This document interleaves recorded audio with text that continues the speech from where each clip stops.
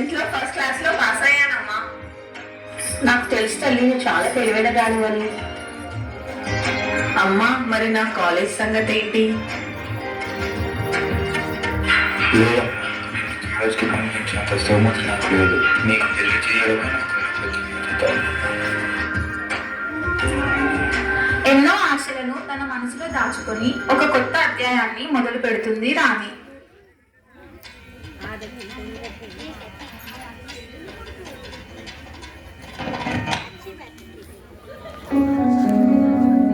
బాలుడు పొద్దెక్కింది, కనీసం నా ముఖాలు టీయో కాఫీయో ఇచ్చేది ఉందా లేదా?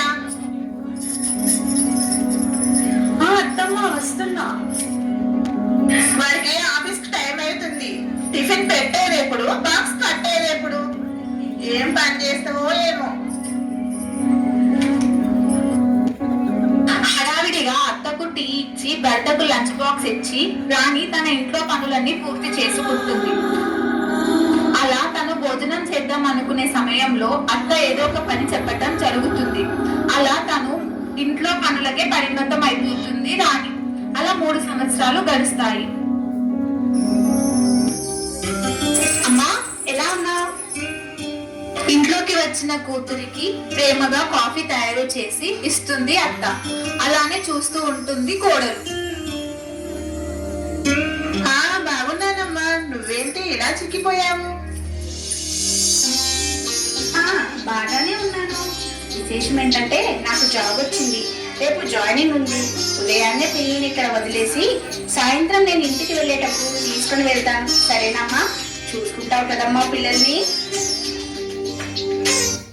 అత్తమ్మ, నేను జాబ్ చేయాలనుకుంటున్నాను అత్తమ్మ, మీరు ఏమంటారు?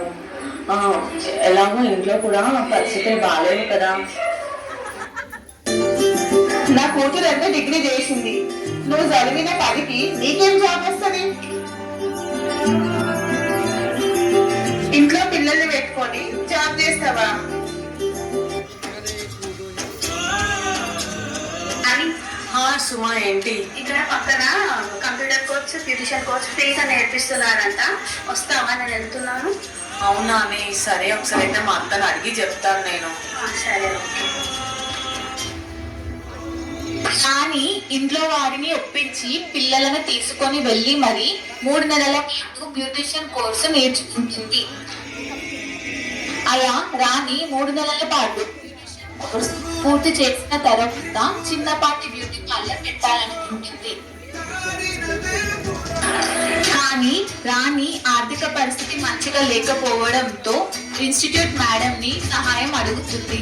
దానితో మేడం ఇన్స్టిట్యూట్ పెద్దవాళ్ళతో మాట్లాడి రాణికి ఆర్థిక సహాయాన్ని చేకూరుస్తారు.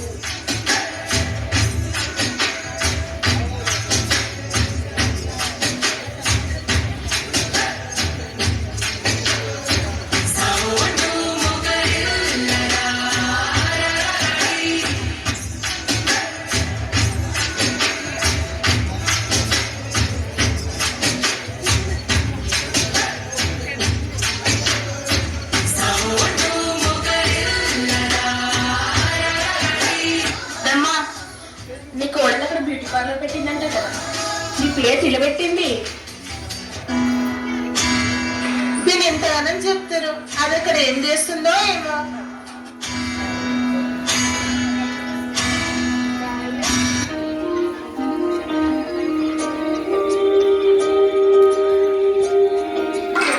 అమ్మో, నా పేరు పెట్టిందా నా కోడలు? Radhamma beauty parlour.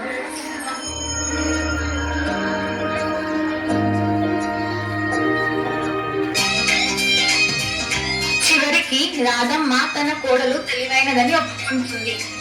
ఇప్పుడు రాణి తను మరో 3కి జీవనోపాధిని కలిగిస్తుంది.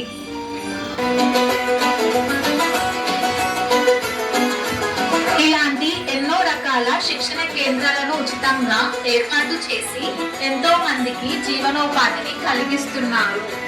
మీకు మా మనస్ఫూర్తిగా వందనాలు తెలుపుతున్నాము.